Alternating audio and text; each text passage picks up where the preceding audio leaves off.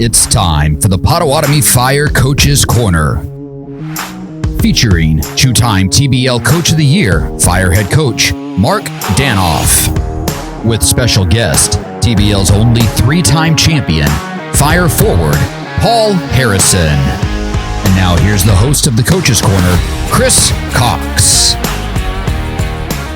Hello, everyone, and welcome back to the Potawatomi Fire Broadcast Network for another episode of the Coaches Corner. I'm Chris Cox. I'm joined by Fire Head Coach Mark Danoff. Later on in the show, we'll be joined by Fire big man Paul Harrison. Coach, right now, though, I want to start with last Saturday's win over Western Oklahoma. Y'all got a nice victory, 116-81 over the Sky Kings. You had to be pleased with the way that y'all played. Yeah, I've been really pleased, especially defensively. You know, against Little Rock, we went out and had 14 what we kills, 3 stops in a row, and then we turned around again against the Western Oklahoma team and had 13 kills and several almost kills. So we've been really good. I think we've been really good at challenging shots, really good at rotating over and forcing them to take tough shots, and then finishing with a rebound.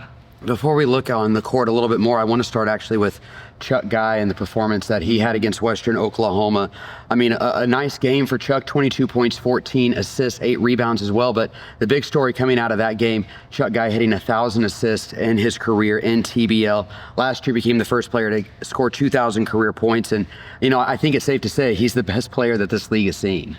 Well, he certainly, if he's not, he's one of the best. Yeah.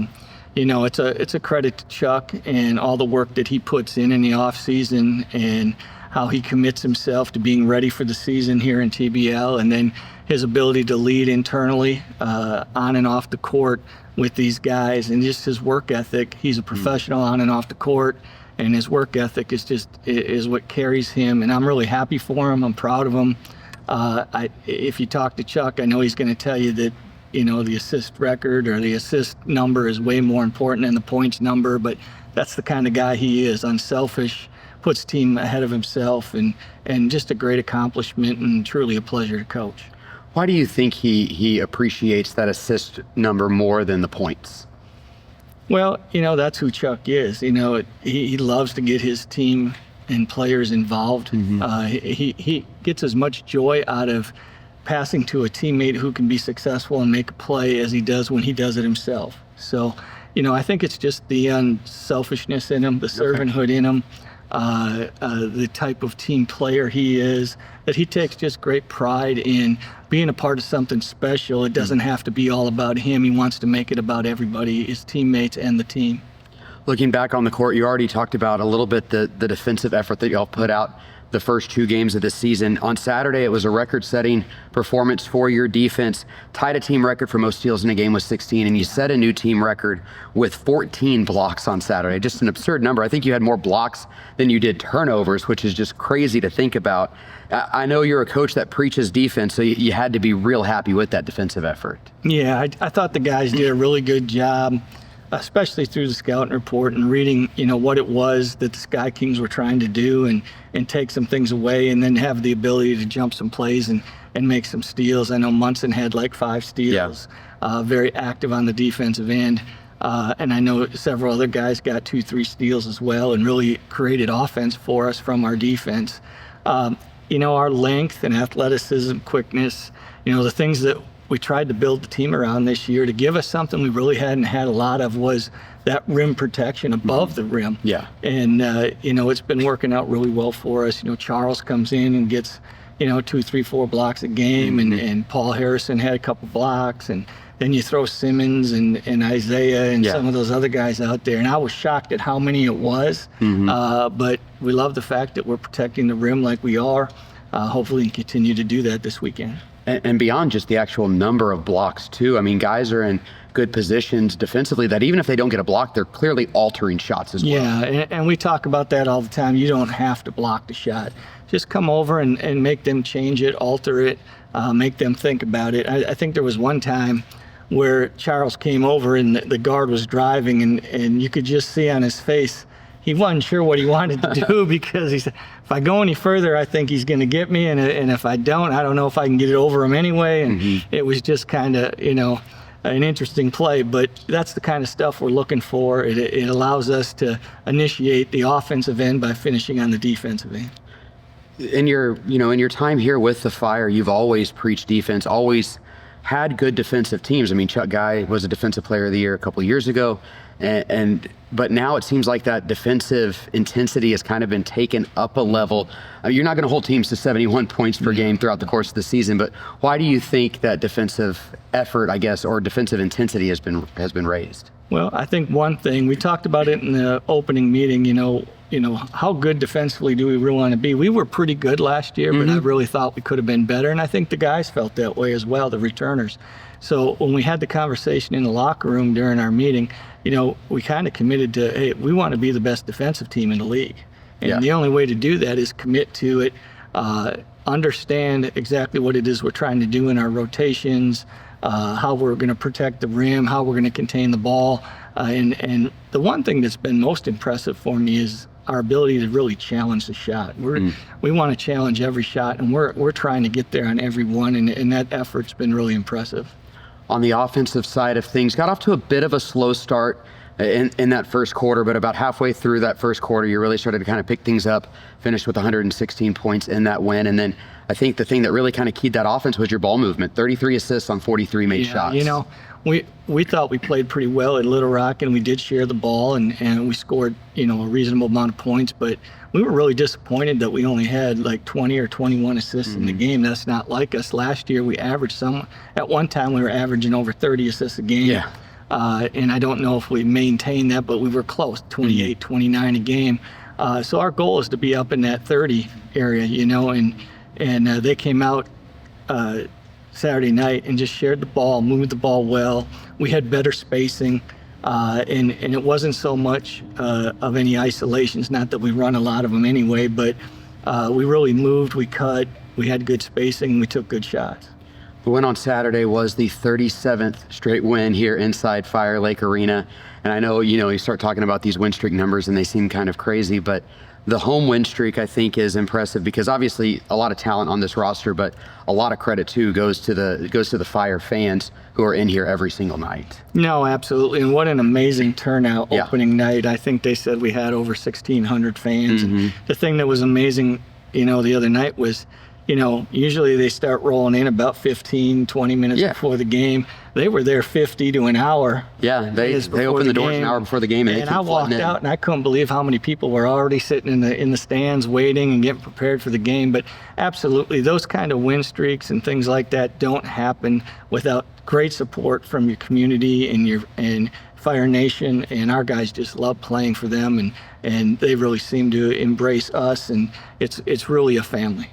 Yeah, it really is. And I know that's one thing TBL really likes to push too, is the community involvement and getting the community, to really back these teams, since most teams are in communities like Shawnee, a little bit smaller, not big metro areas. And I think you even see after the game fans lining up to get autographs signed, kids taking pictures. It just really does push that kind of community involvement, community aspect of TBL and of the Fire, of course. Well, it's a lot of fun. You talk about the signing autographs afterwards, the basketballs and everything like that. It used to be you'd come out and there'd be about 100, 150 kids out there. Now you get that 150 kids and throw about another 50 adults there waiting for autographs and signed jerseys and things like that. So it's really a lot of fun for the guys. It's a lot of fun for the fans, and it's what it's all about. Well, let's go ahead and take a quick break, and when Coach Danoff and I come back, we'll talk about this weekend's set of games against the Enid Outlaws and then once again against the Western Oklahoma Sky Kings. This is the Coach's Corner here on the Potawatomi Fire Broadcast Network. Are you ready to elevate your business with a new technology partner? Vive provides lightning-fast fiber internet up to 10 gigs, along with powerful technology solutions that enhance your security, productivity, and efficiency. Our dedicated team of business consultants will identify your business needs and recommend solutions to address your challenges. Don't wait. Claim your free technology evaluation today. Visit business.vivebroadband.com and discover why Vive is the premier choice for your business success. Welcome back to the Coach's Corner here on the Potawatomi Fire Broadcast Network. I'm Chris Cox, and I am joined by two-time TBL Coach of the Year, Mark Danoff. And Coach, for the first time this season, you're actually playing 2 games over the course of the weekend. Take on the Enid Outlaws here in Shawnee on Friday night, and then you hit the road to face Western Oklahoma down in Altus on Sunday afternoon, Sunday evening. How do you make sure that these guys are physically and mentally prepared to play 2 games in 3 nights for the first time this season? Yeah, and it started at the beginning of the week, moving forward off that step, and we were talking about this weekend being a business weekend as well. That this will be the first time we're playing 2 games in 3 days. We approach these type situations or back-to-back games like playoff situations. Okay. So when you're in a best of 3 series, sometimes you got to play back-to-back. There may be a travel day, or you got to play 2 games in 3 days. This is how we prep for the playoffs, by looking at these games and preparing for these games as if we were in a series. Speaking of, playoffs or big games, taking on the Enid Outlaws, they're 4-0 on the season. 3 of those 4 wins have also been by double digits. They seem to be playing really good basketball to start this season. Yeah, they're playing really good basketball. They're defending at a high level. They're moving the basketball. They've got some guys who are very talented. It's a very talented and deep team. They can shoot the basketball from the 3. They've got guys who can get to the rim. So they've got a really nice mix of talent and players who can score at 3 levels or score at 2 levels, and they share the ball really well. And then on the defensive end, they're helping, they're rotating, and they're finishing possessions. I know one of the guys that Enid has on their roster this year is Devin Harris, their point guard. He was a member of their championship squad back in 2021. So he has that pedigree, and he knows what it takes to win in this league. Absolutely. Devin's a really good point guard. Really shares the ball. I think he's averaging over 7 assists a game. I know he had a game where he had 13 assists. He can make open shots. He gets his teammates involved. Just a terrific young man, very good basketball player. We're very aware of the level he can play at. So we're going to have to be on task to contain him a little bit. I don't think you shut him down, but you try to contain him to the best of your ability. But he's a really good player. Overall, what have you seen from the Enid offense, and what do they kind of like to do? Yeah, they've got some guys, they space the floor really well. They're kind of running this ball screen motion action where Devin is involved, and he likes to use and reject those ball screens and pressure the rim. They've got some guys who roll off those things, and then the spacing where they'll get to the paint and kick and find open shooters, and they're doing a really good job of +1 passing and finding the open man. So their spacing's really good. They're bringing everybody up the floor in some actions. And they're just executing at a high level. Defensively, what kind of looks are they going to throw at you guys? Well, the film I've watched, we've seen mainly man-to-man. I'm sure they're prepared to throw some other things at us, like a zone and things like that. They have in the past. But they come out and they'll extend and they'll pressure the ball. They'll even pick up full court at times just to extend a little bit. But they're going to be in the gaps and they're going to rotate.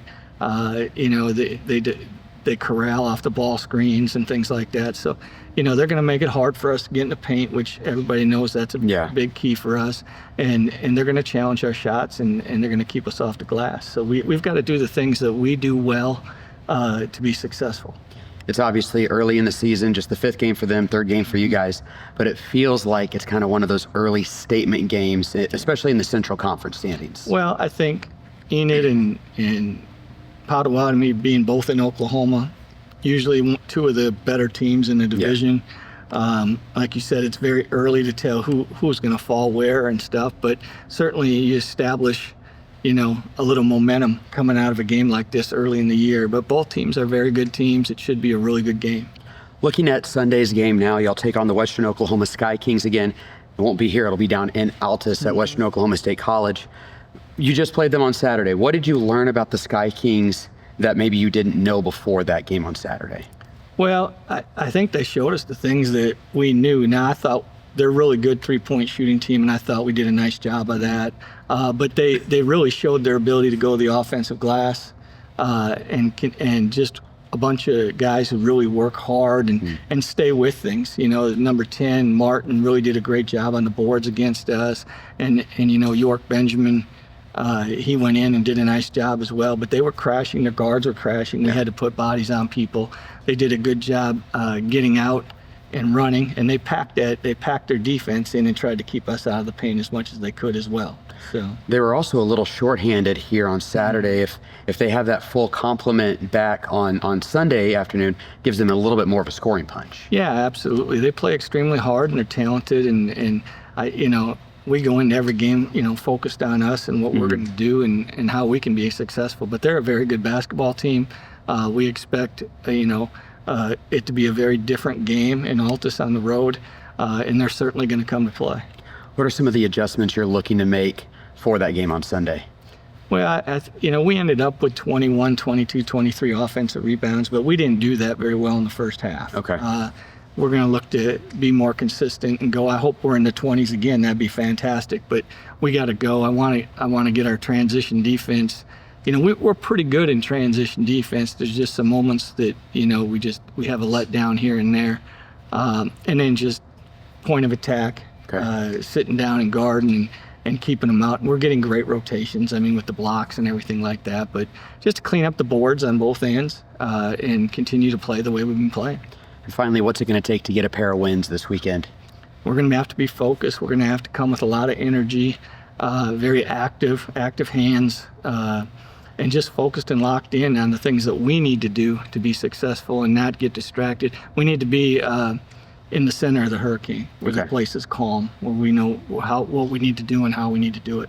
All right, Coach. Well, thank you very much and good luck this weekend. Thank you. We're going to take another break. When I come back, I'll be joined by Fire big man Paul Harrison. This is the Coach's Corner here on the Potawatomi Fire Broadcast Network.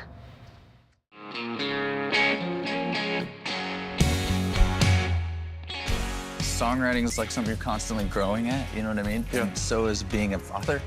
The back and forth of being a husband, the back and forth of being a father, the good stuff and the bad stuff, the learning stuff, that all translates eventually into something because I'm constantly growing, you know what I mean? Constantly building. Yeah, just trying to chip a nickel off the company dime. And I swear that... Welcome back to the Coach's Corner here on the Potawatomi Fire Broadcast Network. I'm Chris Cox. I'm now joined by the TBL's only three-time champion, Paul Harrison. Paul, thanks for sitting down with me. Yeah, no problem. Of course, I love being here. Paul, this is your third season with the Fire, but it's your first season being here from training camp from the very beginning. Does it feel a little bit different having gone through training camp in these early games? Yeah, it's more of an adjustment because the last times I've come, the team's already been established. And so now we're establishing ourselves, and I'm being here to be established from the beginning. What does that do for you as a player? Does it make you, feel more comfortable speaking your mind? Or, how does that make it different for you? I'm not saying it's a big difference. It's just I get to know everybody from the beginning. Of course, we always get new players in, so it's an adjustment period to get to know people. But from the beginning this year, I'm just knowing everybody, understanding tendencies, stuff like that. Looking on the court, you all are 2-0 on the season. How do you feel that y'all are playing as a team right now? We're playing pretty good, but there's always room for improvement. We could do better rebounding. We play a little bit better defensively. We could offense. We've been scoring a lot of points, but we can also be a little bit better. When I was talking with Coach Danoff earlier, we were talking about the defensive effort that y'all have had this season, and how good y'all have been on that side of the court. What do you think has been the biggest difference on the defensive side this year than maybe the past couple of years? I think maybe our effort is a lot higher. This year is a big emphasis point on defense. We can't just go out and try to outscore everyone like we previously may have done in a couple games. Right. We need to sit down and guard people more to make sure that we show why we're a dominant team. You mentioned how, things can always kind of improve or be cleaned up a little bit. What are some of the areas you think that y'all can clean up over these next, few months? Well, we've been giving up a lot of offensive rebounds. That's been a big point of emphasis in practices this week. Then everything else is just, it's got to be our effort. Okay. We just got to give our 100% effort every possession of every game. Individually, you're off to a really solid start this season. You lead the team in scoring at 19.5 points per game, averaging 6 rebounds, 1.5 blocks per game. How do you feel like you're playing right now? Like I said, it's always room for improvement. Okay. It's a solid start right now, but it's a lot of credit to my teammates giving me the ball, put me in positions to score, and also with the level of talent that we have, it opens up the floor a lot. So, not seeing as many double teams as maybe in previous years, but it's up to me to capitalize on what the defense is giving me. And when you're playing with a point guard like Chuck Guy, it's you're going to get some good looks. Yeah, I was the one who received the assist on the 1,000 points, right? 1,000th assist. So, it's always fun to play with Chuck. He's always trying to get everybody involved. Him and Munson also, who usually averages around 8-9 assists. Yeah. So with 2 guys like that, and then everybody else is just willing to share the ball. It's just a testament to our team of how much we trust each other. As good as you've been playing, and as well as the team is playing, you've also taken on a bit of a new role this season, and that's kind of a mentorship role with the 2 young big guys, Charles Lampton, Boye Akoka. What have you tried to do to kind of, mentor them? I don't know if that's the right word, or kind of help them grow as players. We work together a lot between practice and outside of practice. Just trying to give them little pointers and teach them a few things that maybe they don't know or they haven't experienced yet. But they're growing as players, and as you can see on the court, we trust them to get in the game and perform just like they expect me to perform. So, like I said, it's just a lot of trust in each other, in this team. So, we're just going to build on it. Yeah, their game might be a little bit different than yours. Of course, they're both 7 feet or right around 7 feet tall. But you've been able to give them some of that wisdom, because as long as you've played and everywhere that you have played, you've seen just about anything you can see. It's more about utilizing the size that they have, and playing bigger than they are, because like I said, Charles is probably averaging like 5 blocks a game. Yeah. Maybe like 15 minutes. So it's really a testament of the people that we've brought in to make our team better, and that I just can foresee that throughout the rest of the season they're only going to get better. Yeah, you've already, I think, just from training camp up through these first couple weeks of the season, seen both of those guys grow. Yeah, I think it's also a level of confidence. You got to remember that we practice against each other all day, every day. And them practicing against a guy like me versus once they get in the game, it's a lot more comfortable to be in the game than maybe where we might target you in practice. Where in the game you don't feel targeted. It's just more freedom, because you've already experienced it. Like our practices sometimes are harder than some of our games are. And like Coach has said from the beginning of the season, our biggest opponent might be us. It just depends on, we have to stay focused on what we do and do it to the best of our abilities. Mentorship is a little bit like coaching. Is that something that you've thought about for whenever your playing career ends? I think I want to be a coach one day, but I don't know when I'm gonna be done playing basketball. So you still have plenty of backboard jump shots in you. I just thank God for allowing me to keep playing this long. And finally, Paul, it's early in the season. You have been a part of 3 straight championship teams, including 2 straight here with the Fire. How do you feel like this Fire team stacks up with those previous champions that you've been a part of? It's still early in the season, but the way we started is definitely showing that we're still a force to be reckoned with. And we just got to get all the new guys to buy in and settle into what we do, and I think we'll be okay for the rest of the season. All right, Paul, thank you very much. I appreciate it. No problem. That's going to do it for this episode of The Coach's Corner. Don't forget, you can catch The Coach's Corner every Wednesday evening at 6 o'clock. You can find it on the Potawatomi Fire Facebook page and YouTube channel. You can also listen to an audio version of The Coach's Corner on our radio partners at KGFF Radio. Fire will be back in action this Friday night as they host the Enid Outlaws. That game will be right here inside Fire Lake Arena. It'll tip off at 7 p.m. You can purchase tickets online at PotawatomiFire.com. You can also purchase tickets by calling the Fire Lake Arena box office office or coming to the box office on the day of the game. And then don't forget, follow the Fire on social media. You can find us on Twitter, X, Instagram, Facebook, and YouTube. You'll get all the latest news and notes on the Fire and TBL at those channels. That's going to do it for us today. For Fire big man Paul Harrison and head coach Mark Danoff, I'm Chris Cox, and I'll talk to you next time right here on the Potawatomi Fire Broadcast Network.